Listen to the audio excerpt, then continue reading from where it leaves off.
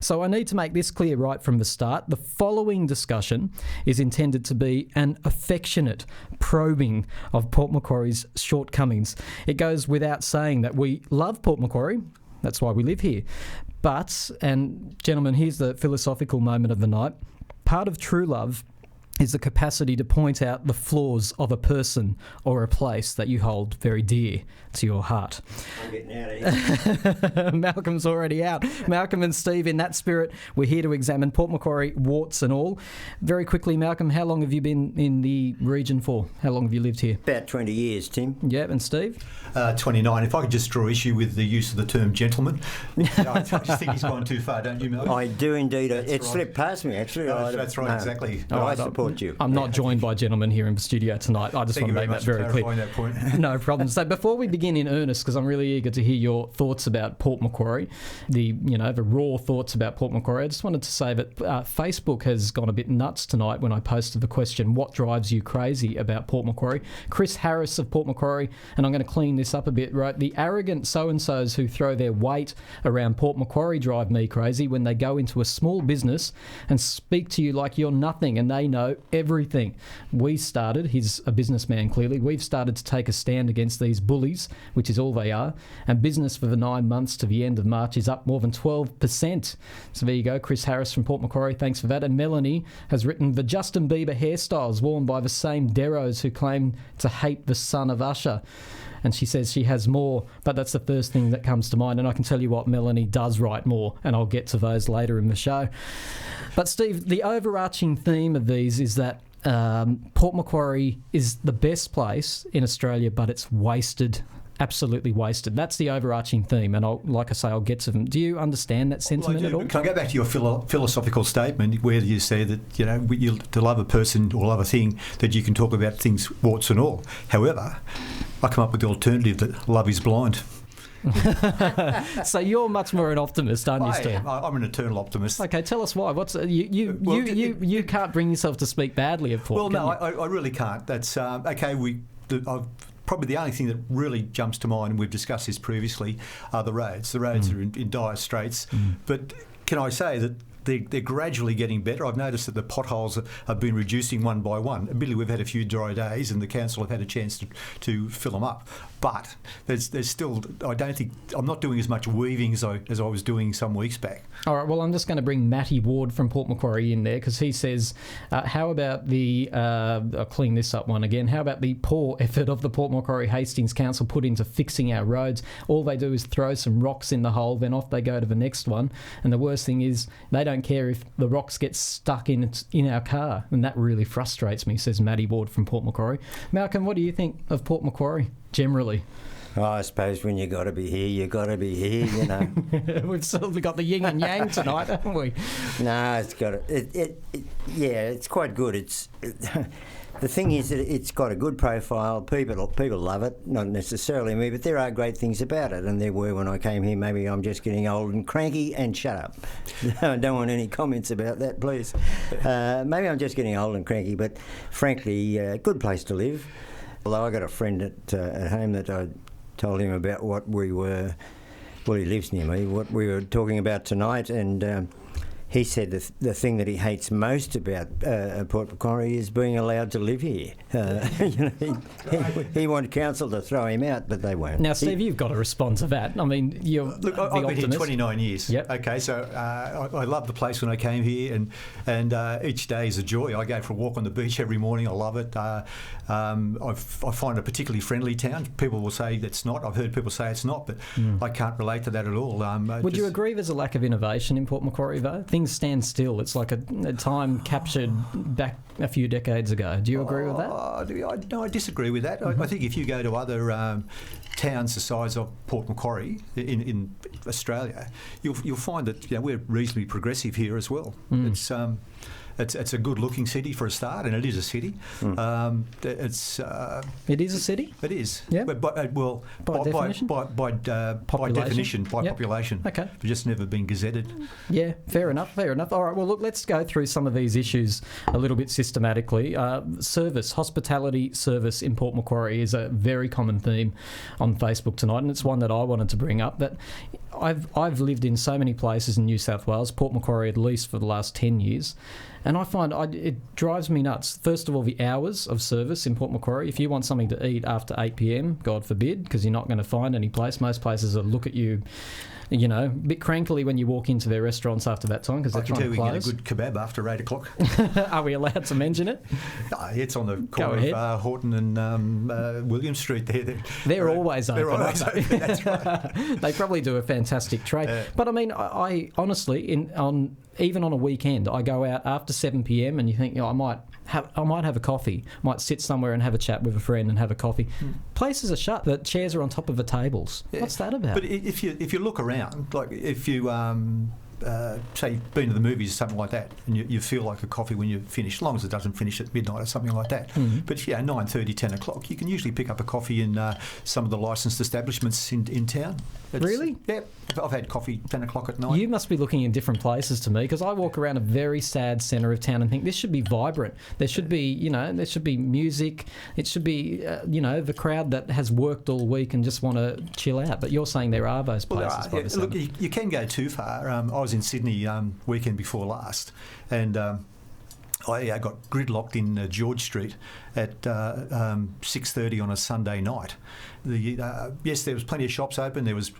Everything was open. It was great, but traffic was just terrible, and making a left-hand turn out of Chinatown was impossible because people just walked continuously. You had one car at a time making a left-hand turn. Now, what I'm getting to, it's a sort of a trade-off. Yes, if we want places to be open 24 hours a day and we want to get a cappuccino at 3 o'clock in the morning or something like that, okay, we've got to give up other things. And one of those things might be that the lifestyle that we have, like, I need milk. Jump in the car into town. I'm in and out in a bit over 10 minutes. True, but we don't have a 24-hour Coles, so God forbid if you want that milk at 11 o'clock that's true, at night. Yeah, I know. But now, just to go back to Facebook for a second, Aaron Payne says when it comes to Port Macquarie, the glass house drives him crazy. Emo kids drive him crazy. D. Hetherington writes, the new units that are right near the town and Town Beach. Last thing I want to see, she says, when I go home for holidays to see my parents is a heap of deadbeats hanging around a great spot. I think that's a really unfair comment, actually, because we need community housing in Port Macquarie, and that's what that complex is all about. Look, they're not open yet, as I understand. No, they're still not open. So how does she know it's going to be full of deadbeats? Well, let's hope they're not, because we're actually paying people a bit of respect by building something nice and new, and hopefully it will give some people some dignity too. My understanding is, and there's been a million rumours going around about who was going in there, but my understanding is that it's basically built for the elderly. Oh, really? That I might be. I hope totally they've got an elevator in there, then. Yeah, that's right. But so yes, you may have some people there who don't fit in, but you can have people who don't fit in any street, in town. Yeah, no, I think the deadbeat thing is really premature, I have to say. So do I. Now, Malcolm, you were going to say? Yeah, I want to go back to. I'm a former Port Macquarie restaurateur. Okay. I owned a restaurant here for some years, and it isn't all. Firstly, if you want to have this all-night thing, you've got to have people who want to patronise that. I have to tell you, it wouldn't be patronised. I can tell you now. What about in school holidays? Right now, in the centre of town. Yes, in tourist time you may get it going, but by the way, if you don't make some money in your tourist time, you're going to die because restaurants. There's too many. That's the problem. Now I've sat with lovers. Bloody lovers. Yeah, I've sat there in my restaurant with two of them gazing into each other's eyes for hours, no one else in the restaurant, and I'm sitting there waiting to close up. And how long ago was this? I don't know, 10 years. I'd be interested to hear what our listeners have to say about that. Do you agree with Malcolm that there just isn't the demand for those extra hours in the hospitality industry in Port Macquarie? I beg to differ. I reckon if a coffee shop, a good one, opened up, not necessarily a restaurant, a good one opened up in the centre of town, had a bit of music there, chilled out atmosphere, I reckon it would go well. Can I beg to differ, to point out to you that there's a huge difference between a coffee lounge and a restaurant. Absolutely, yeah. A coffee lounge is not a restaurant, and a restaurant is not a coffee lounge, and mostly the clientele will be different. And an a la carte restaurant is not going to get the patronage that a coffee lounge All right, will. Malcolm, let's see what the callers have to say on this. So we're just going to go to, yes, you're on the air, 2AFM. Oh, hello, it's Louise. How are you, Tim? I'm good, thanks. How are you? What did you want to say about what drives you crazy about Port Macquarie? Oh, well, I guess like most growing populations in a regional area, it's a town of 200. So it can be a general gossip vine, and people can make assumptions about others, and it seems to travel around the vine fairly quickly. Yeah, do you find Port Macquarie quite close-knit and cliquey and gossipy? I'd call it gossipy and close-knit, but I'd also say because there's so many new arrivals, there is a new component, but I would say that Wauchope has another sort of thing altogether happening, and, each little enclave has their own little space of gossipy things happening. And Louise, I understand that you have a bit of a gripe about the hospital too, is that correct? Oh, look, I just know that, our hospitals receive funding and, for example, we have some fairly seriously good operators in our hospitals. But in terms of when they receive the funding, they often don't get exactly what they want in terms of machinery and, equipment. So they kind of get given what they get as opposed to what they could really do with in terms of advancing the technology up here. And I think it's, we have such a high profile medical staff up here. There's some very, very good doctors and surgeons up here. I just think that they deserve the best equipment, and it's certainly not what happens in public hospitals. And Louise, in a general sense, you enjoy living in Port Macquarie, I understand that, but do you think, it's innovative enough? Is there enough to do in Port Macquarie for younger people? Oh, look, I think it's starting to change, and certainly education-wise it's excellent. In terms of nightlife and what people, young people from sort of 16 to 25, going through that phase where you don't have a lot of responsibilities in terms of children and what have you, and it's your time to really do what you want and be completely selfish in that sense. I think that there could be more for them, even at night time. They can't afford to go to a 4 or 5 star restaurant and have dinner. There should be more places that accommodate, fun things to do for that age group that aren't necessarily super expensive and aren't even the bars and pubs, they're reasonably expensive. Yeah, absolutely. Louise, thanks so much for your call tonight. I appreciate it. And have a lovely night, Tim. You too. You keep listening, okay? Okay. Bye-bye. Okay. Thanks, Louise. So, Steve, Louise was saying there that the prices of restaurants in Port Macquarie are overpriced. I've got to say, it drives me crazy that you don't have anything in between. You've either got very expensive places to go to eat. There's not good value in Port Macquarie, and I feel like as a local, I'm paying tourist prices to eat out, and it drives me crazy. Do you find the same thing? Well, yes, to a degree, but it's. I've been to other places where the food is reasonably priced for what you get, and look, just expanding out from Port Macquarie. If you come into some of the areas around Port Macquarie, you go last Sunday I went for a drive down to Kendall, and we went to the ex-services club for lunch, and it was a lovely meal, and it was, yes, probably half the price of what you'd pay at some of the hotels. And I would imagine that meals in the RSL are subsidised to a degree, but it was a lovely drive down there, a lovely look around the area, and the outlook from the restaurant in the Servicemen's Club was excellent as well. I think what it is you're a better detective than me. You're finding all the bargains. I need to talk to you off air, I think, and find out where some of these places are exactly. Melanie Jones from Port Macquarie, she's back again. She had a comment before. She writes that the thing that drives her crazy about Port Macquarie are the elderly locals who believe that breathing...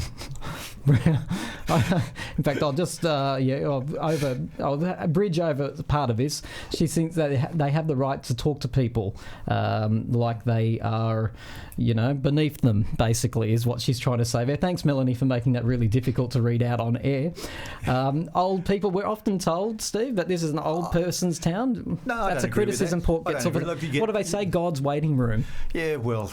Yes, it may well be, but let's face it, you've only got everybody's only got X amount of heartbeats. Eventually, you run out of them.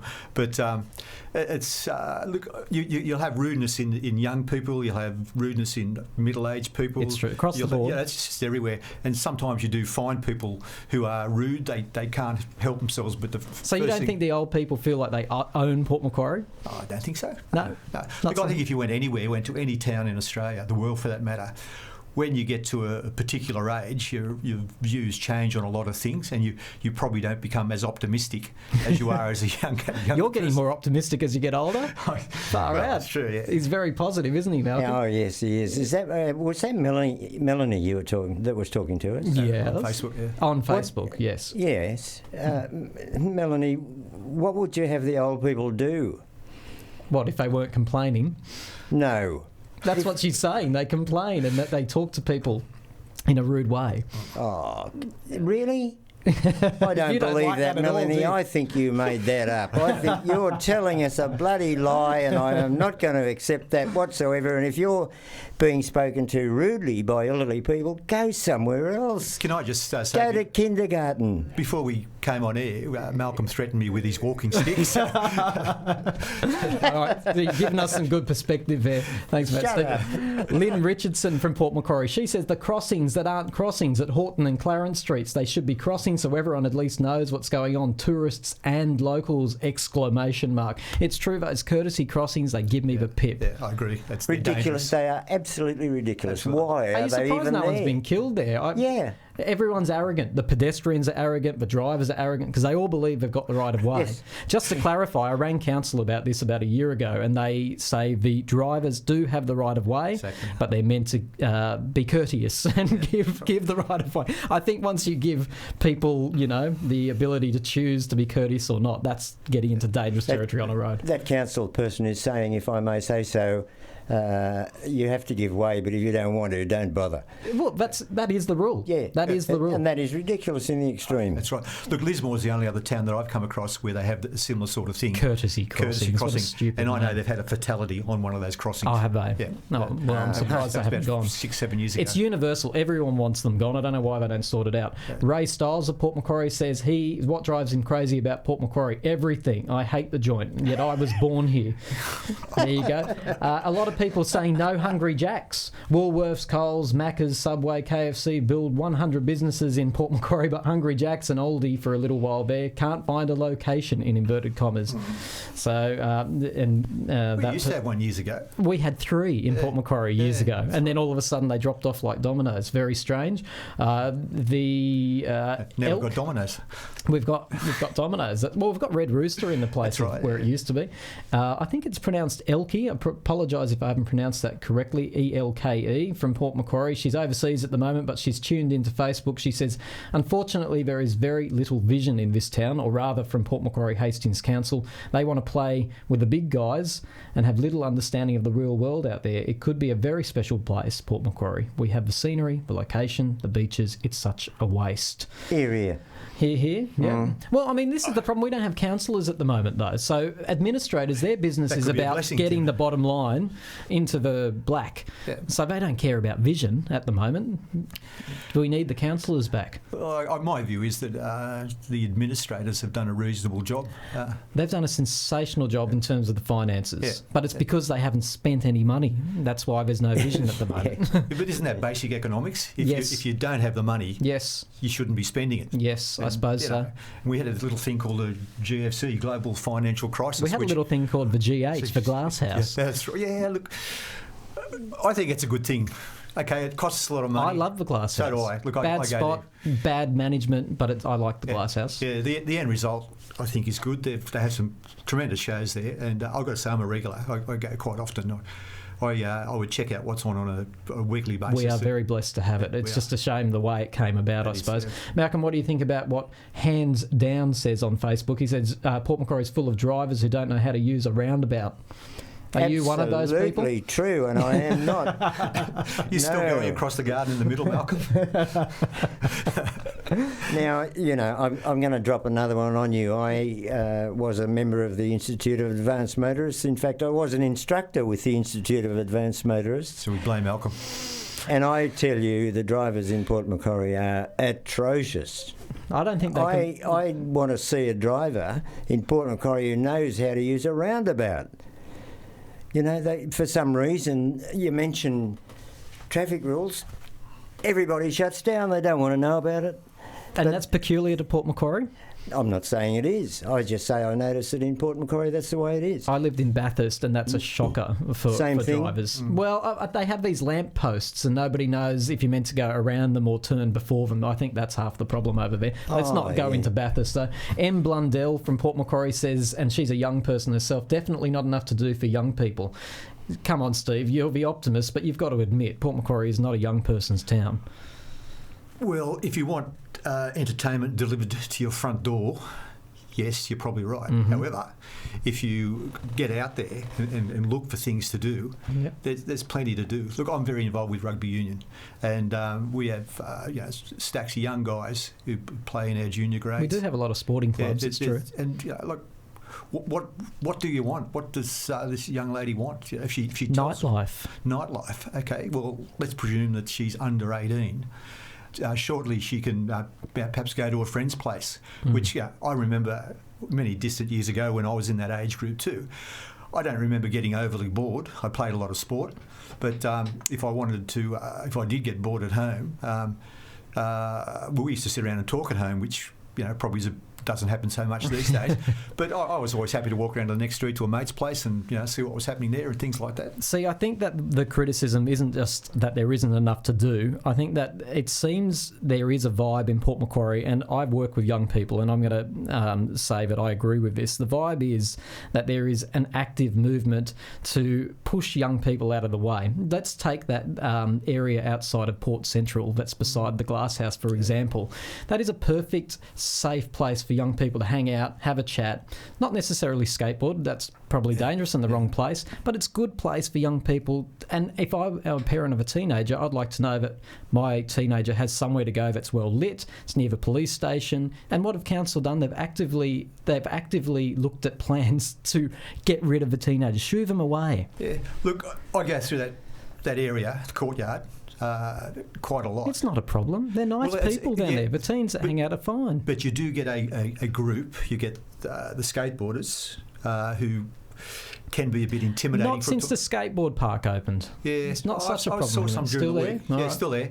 And I've heard, and I will emphasise that it's only a minority that they congregate there, and some of the language and. I